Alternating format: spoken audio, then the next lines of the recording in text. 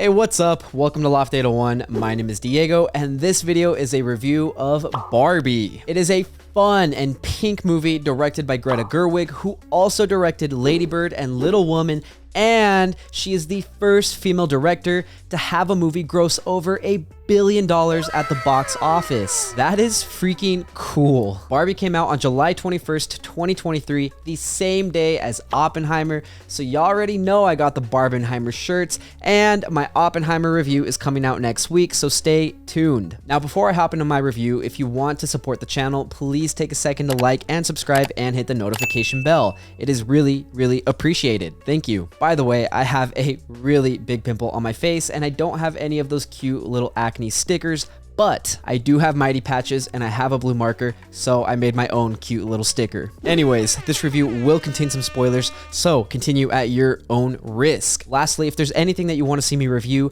don't forget to let me know by leaving a comment and I will get to it. Thank you. I'm hopping in 3, 2, 1. Barbie is a movie that I loved watching for many reasons. Firstly, the cast was incredible. Margot Robbie is the perfect Barbie. Literally, there could not have been a better casting. She looks so much like Barbie that her character is stereotypical Barbie. Even the writers and narrator can't help but make a joke about how she's the perfect fit. Now, on her own, Margot Robbie is amazing, but when paired with Ryan Gosling's Kenergy,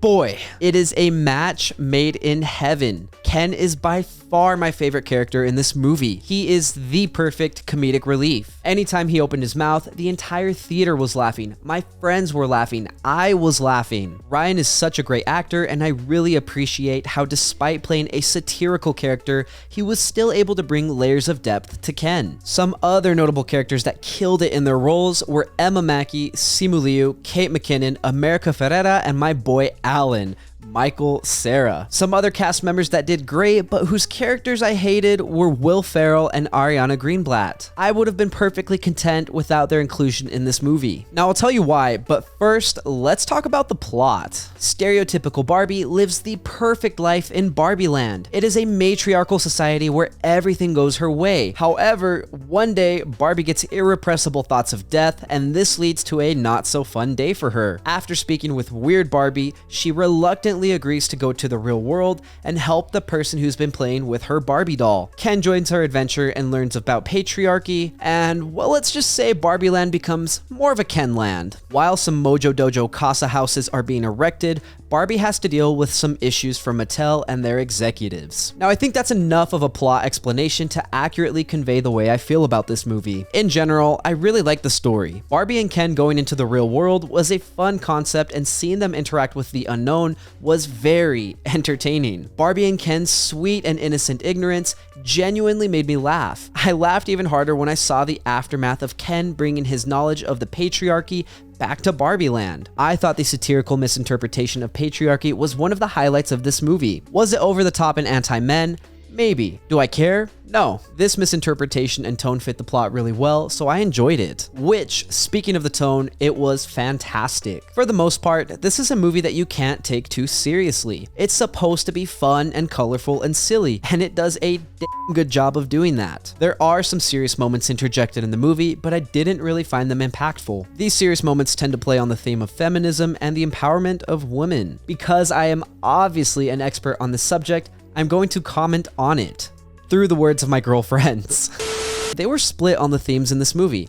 Half of them loved it and the other half didn't. I didn't really understand, but when I asked why, the half that didn't like it explained that the movie is very surface level and fake in the themes it promotes. It's a movie that claims to be about representation and diversity, but all the characters that promote these themes are, at best, background characters. Lastly, they reminded me that Mattel is indeed a company run by men like Jan Kritz, and they are happily profiting off of this activism. Ayaka, I hope I adequately expressed your thoughts. Adding my own thoughts about the themes in this this movie, it didn't quite feel like a matriarchy is better than patriarchy sort of movie. In fact, I think the whole point of this movie is about how men and women are equally important to society. At the very end of the movie, Barbie chooses to leave the perfect matriarchal Barbie Land and go to the real world where she can experience true life. A world that is broken and unjust, but everyone, men and women, has something valuable to contribute. Going back to what I said earlier about not liking Will Ferrell in this movie, that is because I am not really a Will Ferrell fan. Unfortunately, his style of comedy does not do it for me. Let me yell really loud and act super confused and now I'm super funny, ha ha ha! It does not work for me. As a result, I found his character as the CEO of Mattel very annoying and intrusive to this movie. There was an emotional moment at the end of the movie and I thought to myself, wow, that is a beautiful way to end things. And then Will Ferrell comes back to the screen and ruins the moment. I was not a fan. I also was not a fan of Sasha. Her character had a lot of potential, but she came off as very pretentious and self-centered. The I am better than you attitude didn't rub me the right way, especially when she made my homegirl cry. Come on, Sasha. To end things on a positive note, I really loved the soundtrack and production design. The world of Barbie Land truly felt like a playset come to life. I feel like they perfectly captured the imagination of a child on screen. The huge houses, the shades of pink, the laws of physics made Barbie Land feel simultaneously real and plastic. Also, Ice Spice and Nicki Minaj killed it with Barbie World. That soundtrack was on repeat for weeks. Overall, I really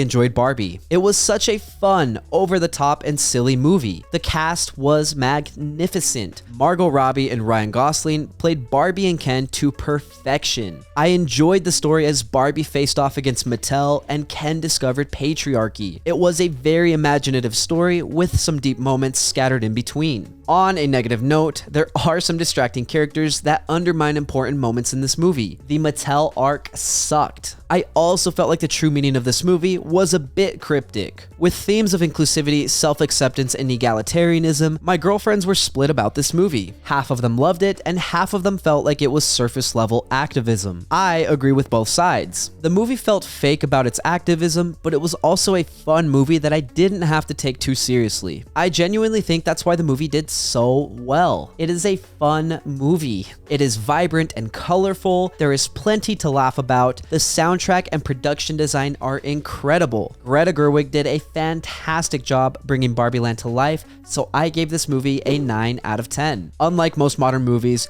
Barbie is a movie that I will never forget. 10 years from now, I will still be singing, but I'm bad like the Barbie. I'm a doll, but I still want to party. Oh boy, thank you for listening to my review of Barbie. If you enjoyed the content and want to support the channel, please take a second to like and subscribe. It really means a lot to me. However, if you did not enjoy the content, thank you for sticking around. As always, I would love to read what you have to say, so leave a comment and let me know if you agree or disagree with me. Also, if you want me to review something, leave it down below so I can get to it. Slowly but surely. Don't forget, I've also got my Oppenheimer review coming next week. Lastly, if you want to see some more from me, you can check out my vlogs linked up above or my podcast, Good Friends. Again, thank you for watching. My name is Diego, and I will see you next time.